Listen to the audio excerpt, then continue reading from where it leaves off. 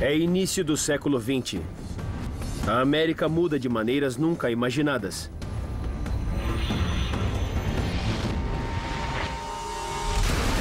As bebidas abastecem um submundo de crimes. Milhões cruzam a nação para escapar da pobreza. A violência irrompe. Os Estados Unidos estão prestes a se tornarem a mais rica nação do mundo.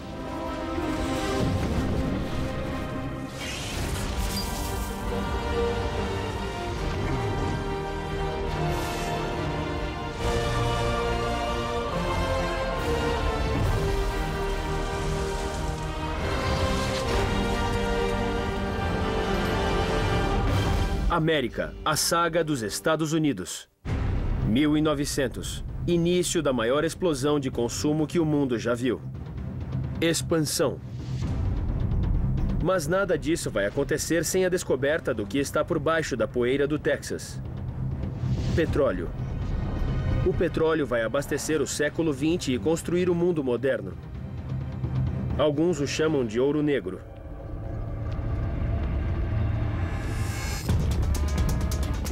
Texas, um território selvagem e vasto, mais perto do Velho Oeste americano do que dos tempos modernos.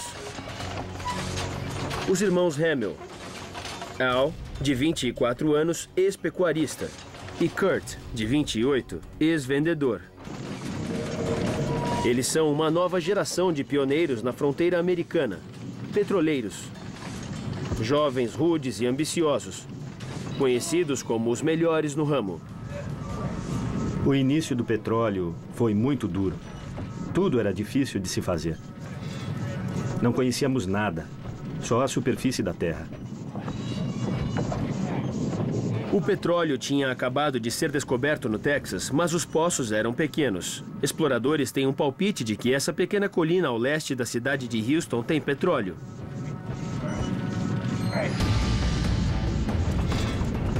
O que eles não sabem é que embaixo de seus pés há reservas de petróleo valendo mais de 11 bilhões hoje.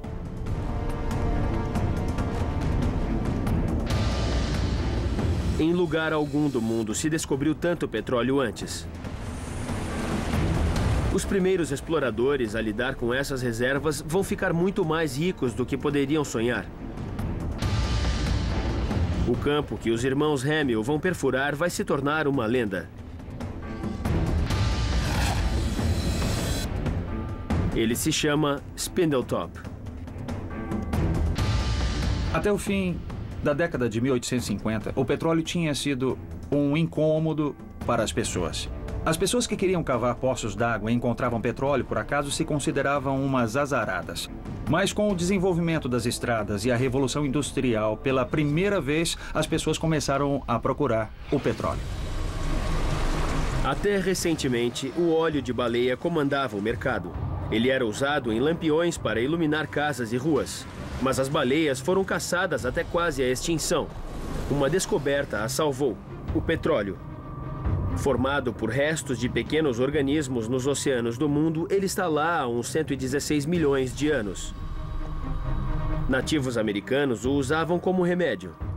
Então, em 1854, cientistas na Pensilvânia descobriram que ele poderia ser usado para iluminação. Não houve mais volta.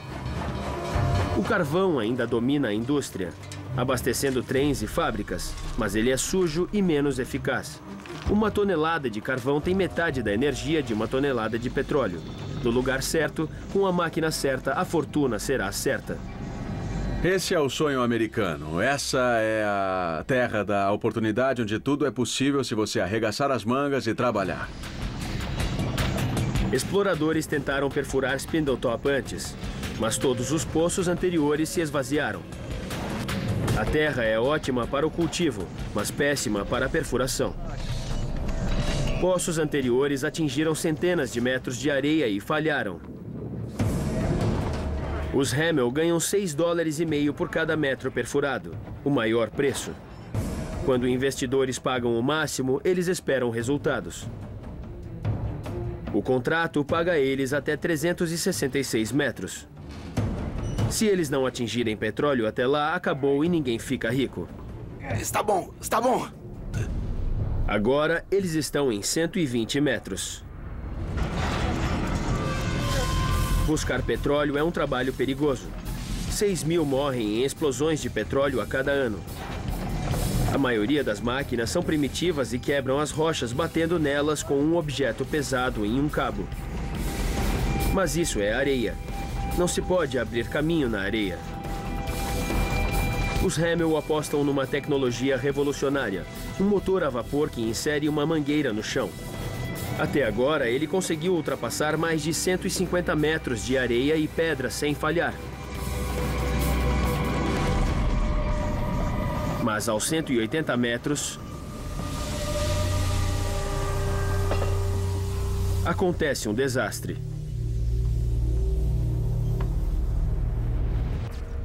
A perfuradora atinge um bolsão de gás explosivo e água. A pressão força o gás mangueira acima. Afastem-se!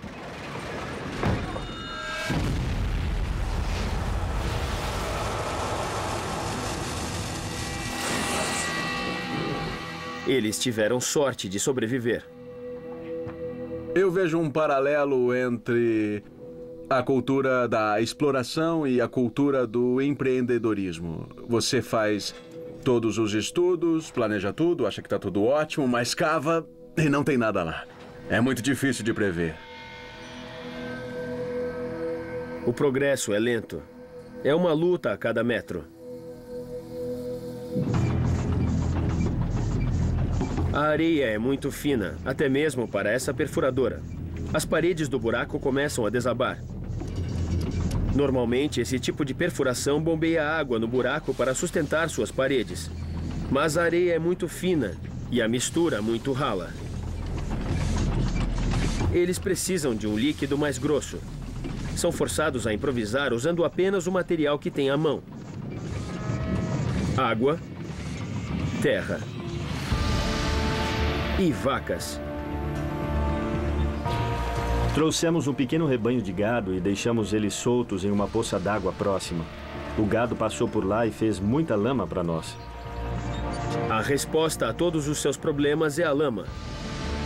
Com lama segurando as paredes do buraco, eles voltam ao ritmo.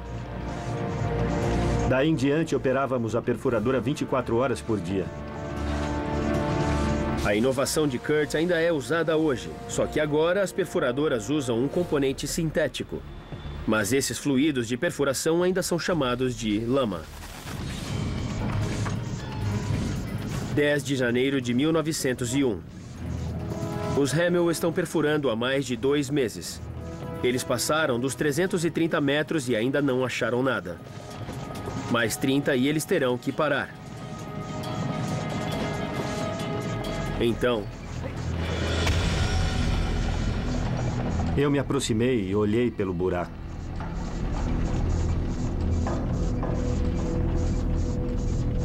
Eu ouvi uma coisa, um borbulhar bem baixo. Olhei lá embaixo e ouvi o petróleo espumante subindo. Ele estava respirando, ia subindo e descendo com a pressão do gás. E continuou subindo, ultrapassou a mesa da máquina. E cada jorro era um pouco mais alto, e um pouco mais alto, e um pouco mais alto. Esse é um dia que mudou os Estados Unidos para sempre. Cuidado! Afastem-se! Afastem-se!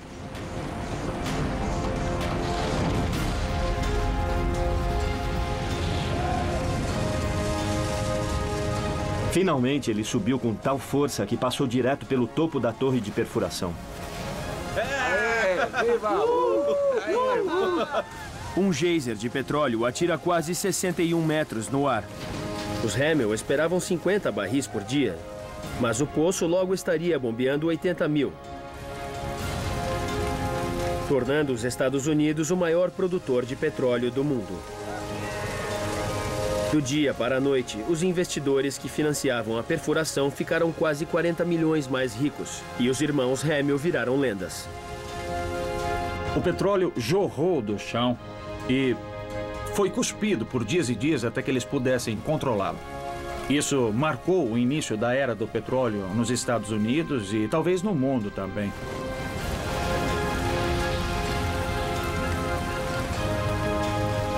Spindletop muda tudo. A produção de petróleo nos Estados Unidos aumenta 50% instantaneamente. Em um ano, nascem 500 companhias de petróleo, incluindo a Texaco e a Gulf. O preço do petróleo cai de $2 o barril para 3 centavos de dólar. Fica mais barato que água. Barato o suficiente para se transformar em gasolina. Na virada do século, milhões de americanos viviam toda a vida num raio de 30 quilômetros de sua casa. A gasolina torna o país móvel como nunca se pensou antes. Hoje, o americano médio dirige o equivalente a 2,5 voltas na Lua. Um homem vai aproveitar a oportunidade do petróleo barato para mudar a cara do país. Detroit, 1908. Henry Ford. Independente, visionário e obsessivo. Um homem com má reputação. Recentemente demitido da empresa que logo se tornará a Cadillac. Ele inicia sua terceira tentativa de fabricar carros. Mas esses serão diferentes. Há apenas 8.000 carros nos Estados Unidos. Brinquedos caros para ricos, como ter um jato particular hoje. Havia dezenas de pequenas empresas fabricando carros que eram essencialmente brinquedos para ricos. Eles não eram confiáveis, eles não eram padronizados e eram fabricados à mão. Se você tivesse um carro, praticamente teria que ter sua própria equipe de mecânicos para manter a coisa funcionando. Ninguém sabe como fazer um carro que tenha baixo custo de manutenção e de aquisição. Henry Ford está prestes a mudar isso. Ele não vai mudar apenas como os carros são feitos, vai mudar como tudo é feito. Detroit, 1913. Henry Ford não fabrica apenas um carro revolucionário, ele o fabrica de maneira revolucionária. Uma linha de produção em grande escala, baixo custo e com produtos idênticos.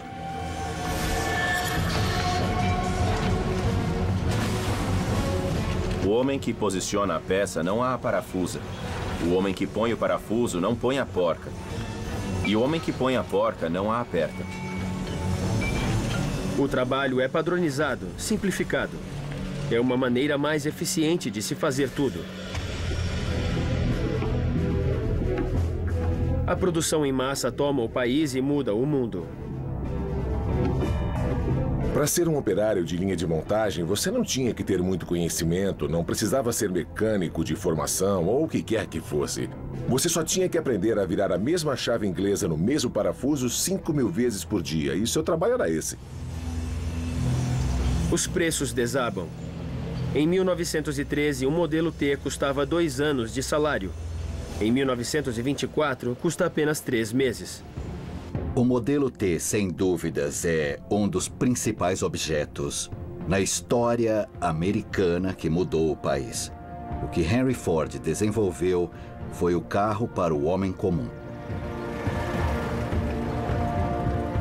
O impacto desse pequeno carro é imenso. 300.000 vendidos em 1913. Em 1924, há um novo modelo T a cada 24 segundos. De repente, essa forma de transporte inteiramente moderna passou a ser possível para as pessoas. Elas podiam pagar por isso. Não era uma nave espacial que só havia algumas delas valendo milhões e milhões de dólares. 1915 e o sucesso do modelo T cria uma nação de motoristas aprendizes. Em Washington State, costa oeste americana, Roscoe Scheller está prestes a começar um novo emprego. Vendedor de carros. Os ganhos são incríveis. O único problema é que ele não sabe dirigir. É como montar um cavalo, é a mesma coisa. Seu chefe se ofereceu a ensiná-lo no seu primeiro dia de trabalho.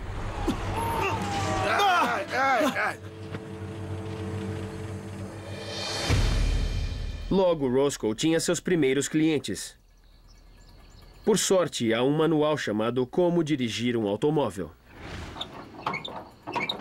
Manobrar é uma arte em que o novo motorista deve se especializar. É sempre uma boa ideia aprender a dirigir primeiro. A direção é uma manipulação bastante simples. Uma boa ideia para começar é encontrar uma estrada reta e comprida, ligeiramente inclinada e livre de trânsito. Roscoe leva seus clientes para um test drive. A maioria está acostumada com cavalos e charretes. A maioria dos motoristas de primeira viagem ignorava completamente as curvas. Ao invés de usar o freio, eles gritavam "oh" com toda a força. Oh, oh, oh! Geralmente pediam que eu ensinasse a esposa e a qualquer garoto com idade suficiente para alcançar os pedais. O caso de amor dos Estados Unidos com o carro começou. O americano tem um sentimento de liberdade, de não ficar preso a um só lugar. Se eu não gosto daqui, ponho tudo dentro do carro, não peço permissão a ninguém, não tenho o que comunicar. E o carro realmente permite isso. Quando eu cheguei aos Estados Unidos, a primeira coisa que eu perguntei foi como posso conseguir um carro? Eu era apaixonado por carros desde o início, porque essa maneira de se locomover permite que você veja muitos lugares, coisa que nunca vivi na China. Nunca. Uma coisa que eu queria fazer mais do que tudo na vida era comprar um carro. Roscoe Scheller é um dos vendedores pioneiros de carros. Hoje, os Estados Unidos dirigem 4,3 trilhões de quilômetros por ano em veículos que são descendentes do modelo T de Henry Ford.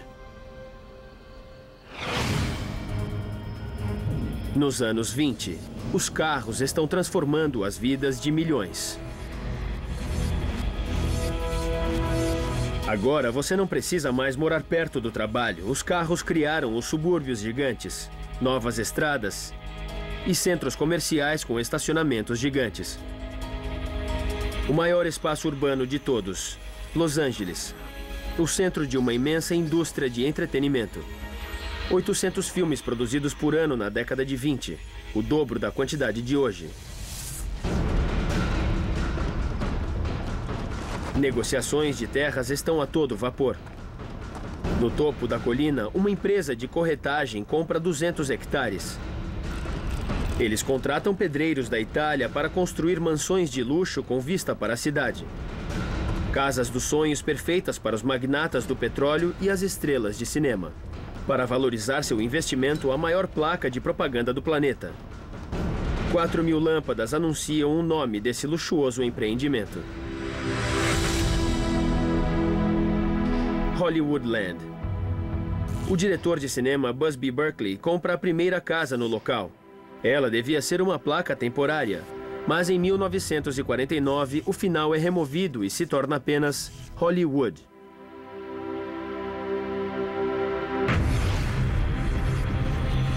Construída com o petróleo, abastecida pelos carros e pelo cinema, Los Angeles é a cidade que cresce mais rápido no mundo.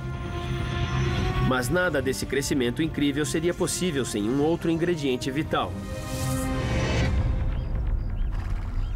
água.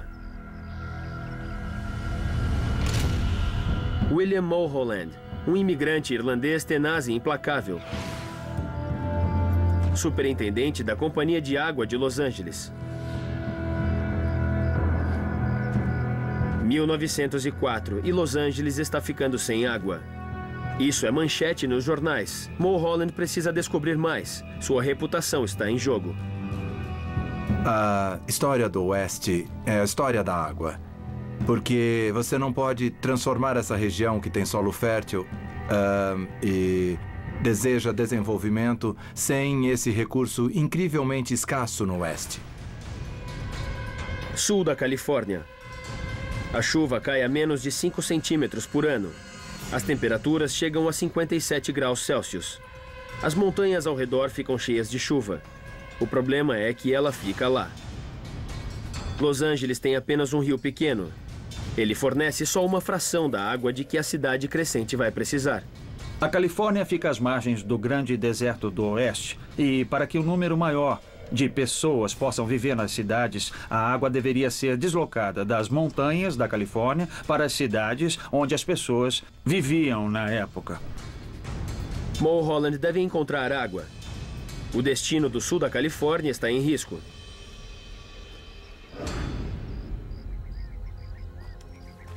Sua busca começa fora da cidade. Nada. ele vai para 320 quilômetros a nordeste. Ainda nada.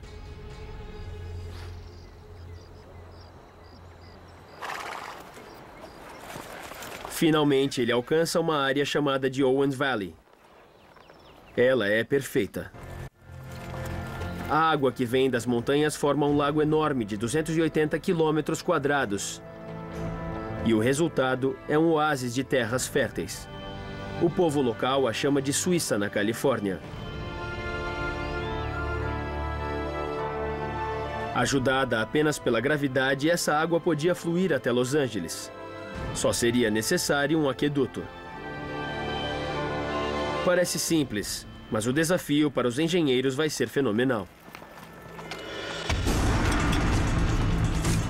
Serão preciosos 359 quilômetros de canos de aço e concreto, 193 quilômetros de ferrovias, 351 quilômetros de fios elétricos, 805 quilômetros de estradas. Se Mulholland fizer tudo isso, vai transformar completamente não só Los Angeles, mas todo o estado.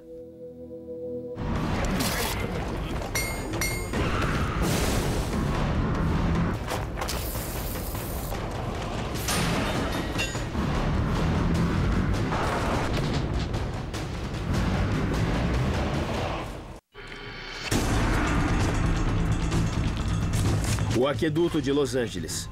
5 anos, 5.000 homens, centenas de quilômetros de aço e concreto que mudaram a cara do oeste americano. Na época, era o maior projeto de água do mundo. Ele custou a vida de 43 homens. Finalmente, em 1913, foi terminado.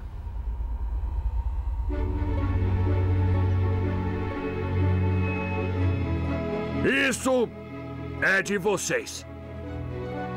A sua fidelidade e coragem inabaláveis tornaram o trabalho possível. O aqueduto está terminado e funciona bem. O aqueduto salva Los Angeles.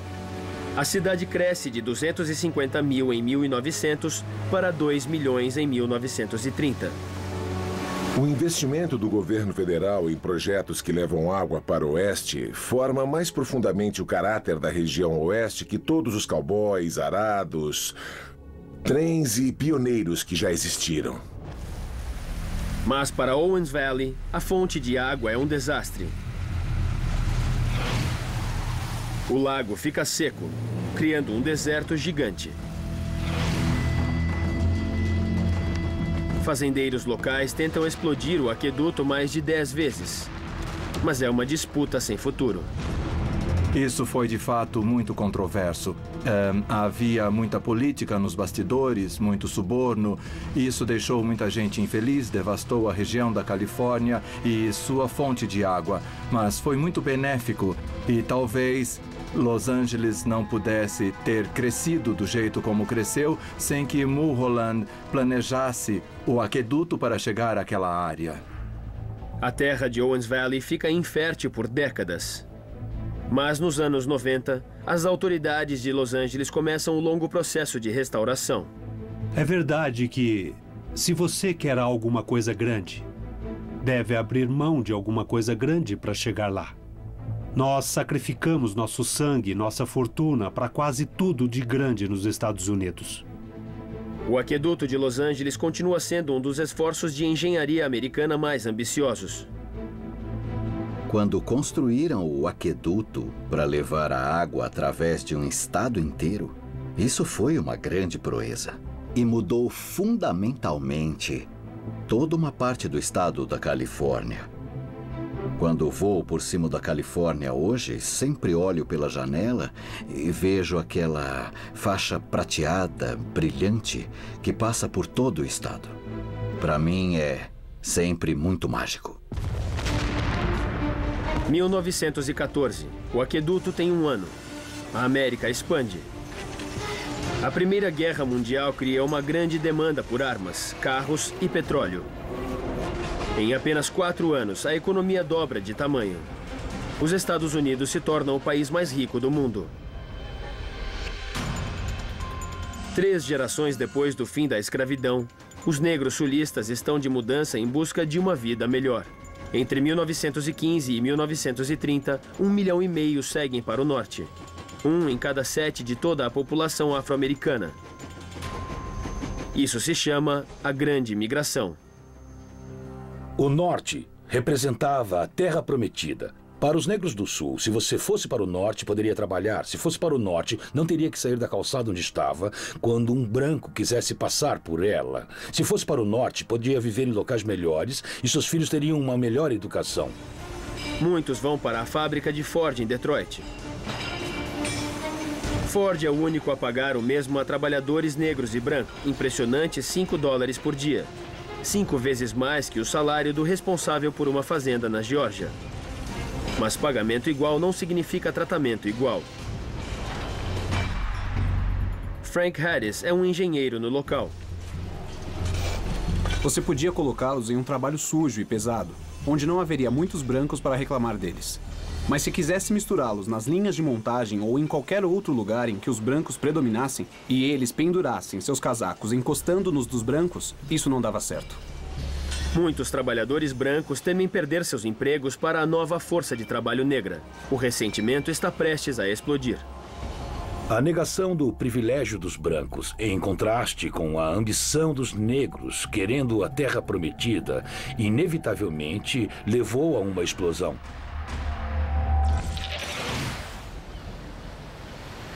O estopim vai ser aceso no verão de 1919.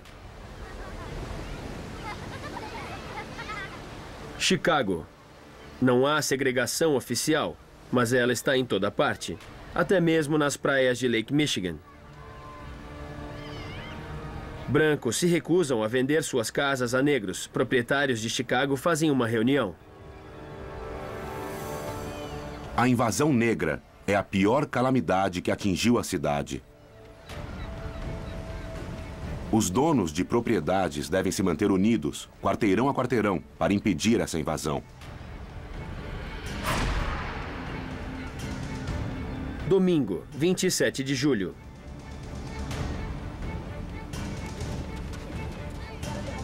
Eugene Williams, de 17 anos, não vai à igreja para nadar com alguns amigos. Puxa! Vai, ajuda! John Harris está entre eles. Podemos nadar, mergulhar, subir, nadar, mergulhar e brincar. Um grupo de negros caminha pela Praia Branca. Eles não são bem-vindos. O que foi? O que você quer? Eu não sei. Não chega perto.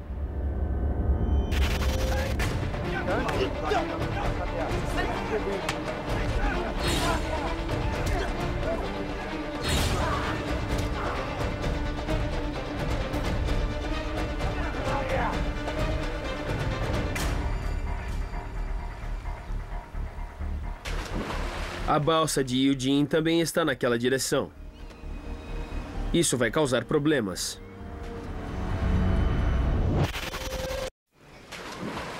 Julho de 1919. Numa praia em Chicago, a tensão aumenta.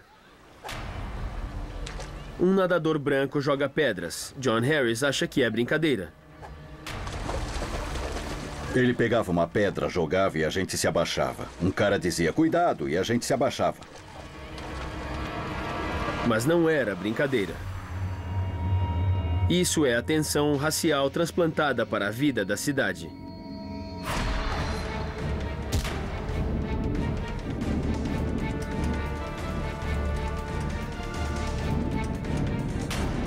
Ah, meu Deus!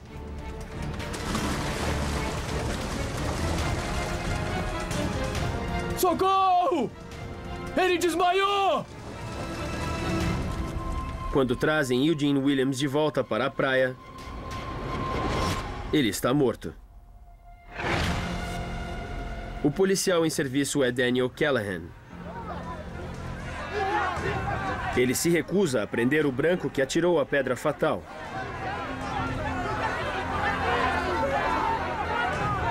Mas prende um negro. É assim que começa a rebelião racial de Chicago em 1919.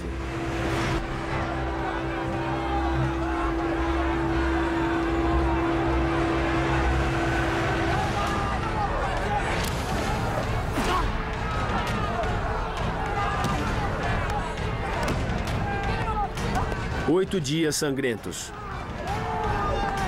500 feridos. E 38 mortos. 23 eram negros. Mas a violência só está começando. As rebeliões acontecem em mais 24 cidades pelos Estados Unidos. O período foi chamado de Verão Vermelho. Muitos achavam que a Terra Prometida não era o que eles imaginavam. O Norte era melhor do que o Sul, mas não era a terra do leite e do mel.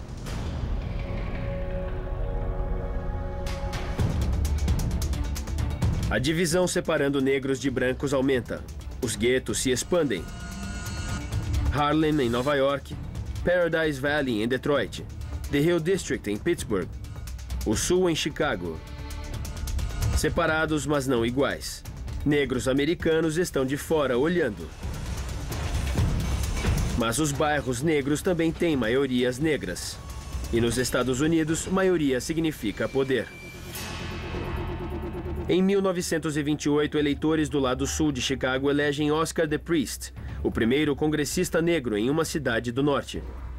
80 anos depois, outro morador de Chicago se tornaria o primeiro presidente negro do país.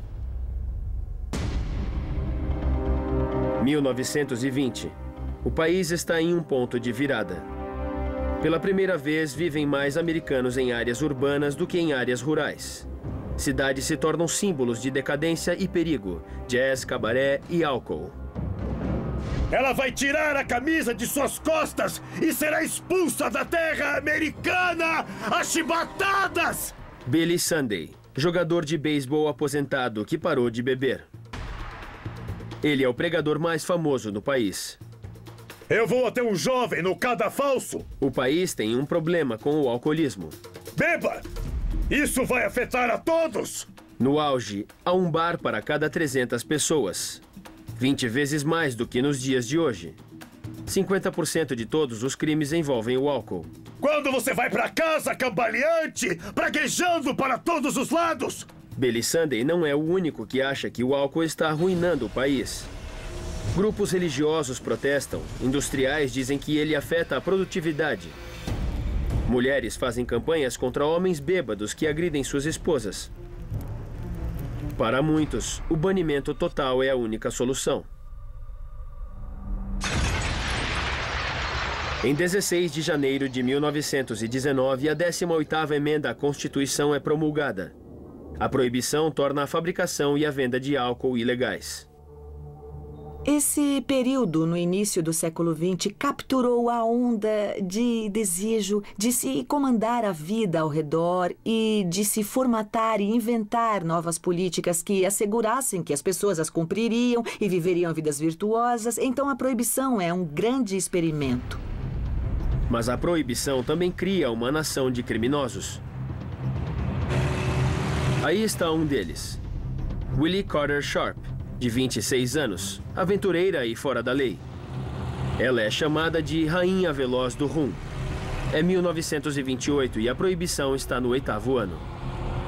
Foi a emoção que me pegou. Quando somos crianças, gostamos da emoção. Carros correndo, passando a toda pelas ruas. Por trás dela há uma distribuidora de álcool ilegal, a Moonshine. O município de Franklin, na Virgínia, é um dos maiores produtores para a Moonshine, fabricando o álcool proibido que segue pelo país. O trabalho de Sharp é distrair agentes do governo federal. Em Franklin, acredita-se que 99 moradores em cada 100 estão envolvidos nesse comércio ilegal. Há destilarias secretas para todo lado. A Moonshine espalha pelo país 379 milhões de litros por ano. Até o presidente tem uma adega de vinhos particular. Parece tão ridículo. Qualquer um sabe que você não pode legislar sobre a moralidade. Você não pode impedir as pessoas de beberem. As pessoas precisam beber no final do dia.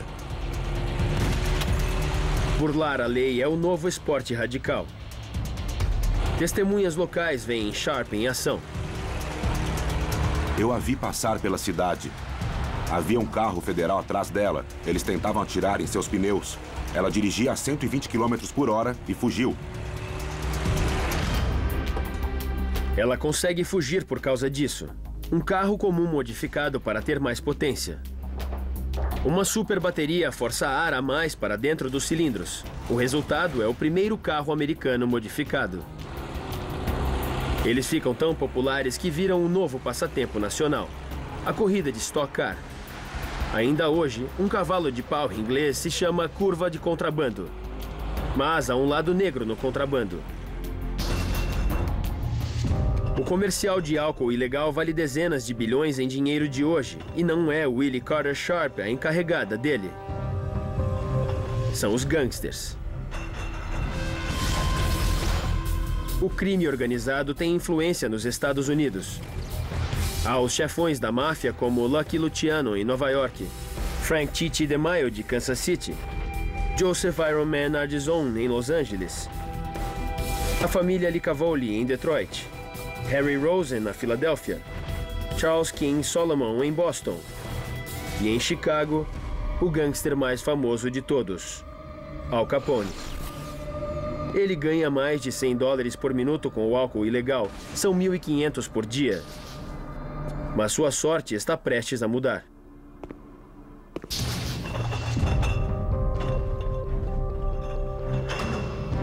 Rua North Clark 2122, o quartel-general em Chicago do rival de Capone, George Bugs Moran. 14 de fevereiro de 1929.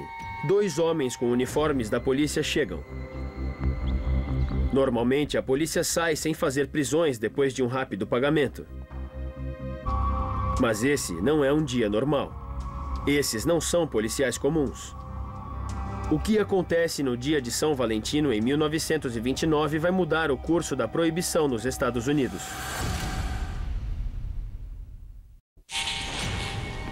Chicago, 1929. Mais da metade da polícia da cidade é corrupta. Em uma garagem de Chicago, 7 gangsters estão enfileirados. Eles acham que é rotina, mas hoje é diferente. Atrás deles, um grupo de homens chega, 2 carregando metralhadoras Thompson.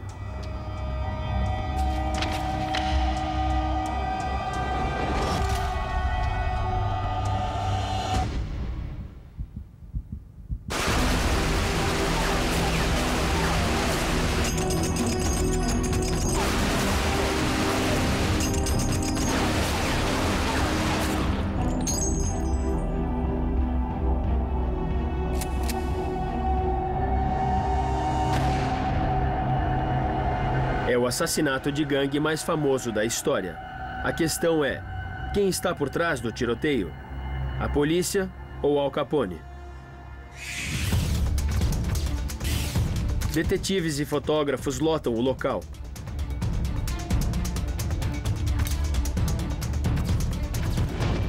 Essa fotografia chocante aparece nos jornais em todo o país. A proibição chegou nesse ponto. Os Estados Unidos se cansaram. O governo federal é forçado a agir. O Major Calvin Goddard, um especialista em armas metódico e clínico. Ele é pioneiro em uma nova ciência, a balística forense. Pela primeira vez, pistas vitais como cápsulas de balas no local de um crime podem ser analisadas. O trabalho de Goddard leva a um dos primeiros laboratórios forenses dos Estados Unidos. Ele vai revolucionar o trabalho do FBI. Seu trabalho é descobrir quem está por trás do massacre no dia de São Valentino.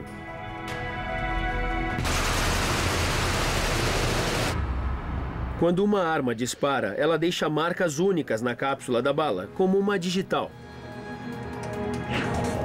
Analisando cápsulas do local do crime, Goddard determina que apenas 2 armas foram disparadas. Nenhuma delas era uma arma policial.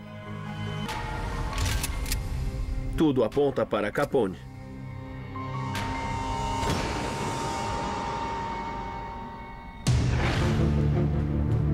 Mas condenar Capone por assassinato não vai ser fácil.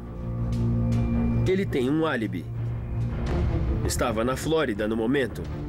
Eles terão que pegá-lo por uma outra acusação.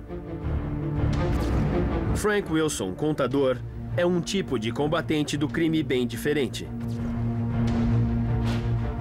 Ele é um agente da Receita Federal em Washington. Ele vai atrás de Capone por sonegação de impostos. Em 1913, a 16ª emenda dá ao governo federal o direito de cobrar impostos pessoais.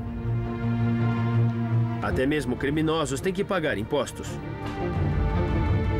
Capone é um dos homens mais ricos do país. Ele deveria pagar 25% em impostos. Entre 1925 e 1929, ele não pagou nada. O próprio réu não tinha conta em banco, não mantinha livros caixas, não comprava nenhuma propriedade em seu nome. Ele fazia todas as suas transações financeiras em dinheiro. Para assegurar uma condenação, Wilson tem que provar que Capone tem ganhos sobre os quais não paga impostos.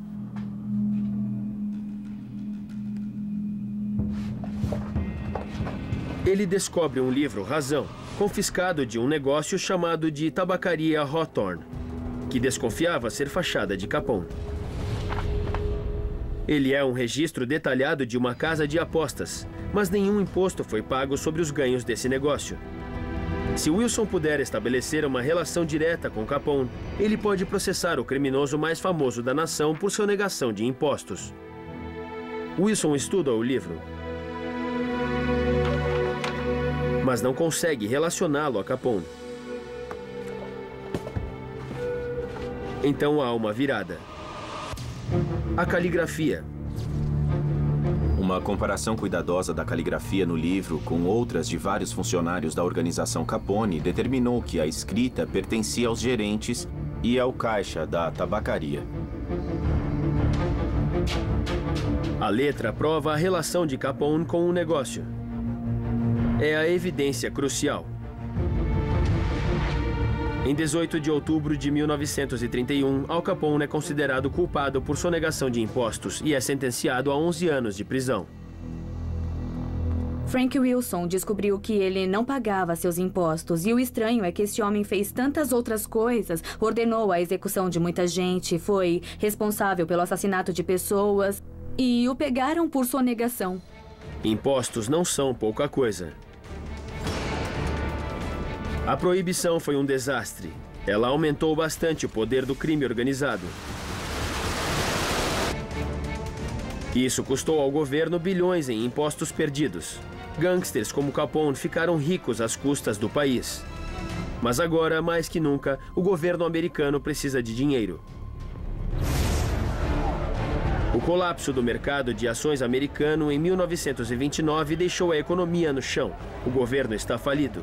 Uma arrecadação sobre o álcool é uma solução. Em 5 de dezembro de 1933, a proibição é abolida. Morta pela necessidade de dinheiro vivo. É uma virada extraordinária. A única vez na história americana em que uma emenda à Constituição é revogada. As 3 décadas de explosão econômica abastecida por petróleo, carros e o crescimento rápido das cidades agora acabaram. A América está diante de tempos difíceis.